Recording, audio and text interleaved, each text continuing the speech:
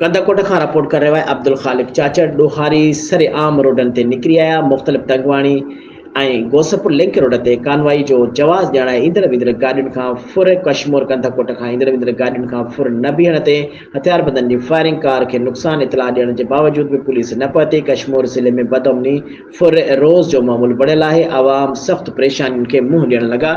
दुकान पुलिस खां आसरो लाहे वेठा। दुकानदार हर दुकान ते बॉडी गार्ड बीहारे छॾिया। मिलियल ॼाण मूजिब कश्मीर ज़िले में बदअमनी फुर चोरियूं रोज़ जो मामूल बढ़ियल आहिनि।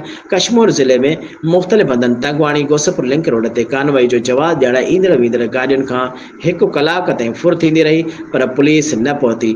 ॿिए तरफ़ कश्मीर कंदकोट इंडस हाईवे वटि हथियारबंद हथियारनि जे सूर ते ईंदड़ वेंदड़ गाॾियुनि खां फुर कई वई। कार खे बीहण जो इशारो कयो वियो। न बीहण ते हथियारबंदनि जी फायरिंग करे ॾिनी। फायरिंग सबबि कार खे नुक़सान पहुतो। कार में सवार महफ़ूज़ रहा। पुलिस के इतला ॾिनो वियो, पर पुलिस न पहुती। कश्मीर ज़िले में बदअमनी फुर रोज़ जो मामूल मुताबिक़ शहरियुनि पंहिंजे दुकाननि ते बॉडीगार्ड बीहारे छॾिया। पुलिस खां आसरो पले छॾियो।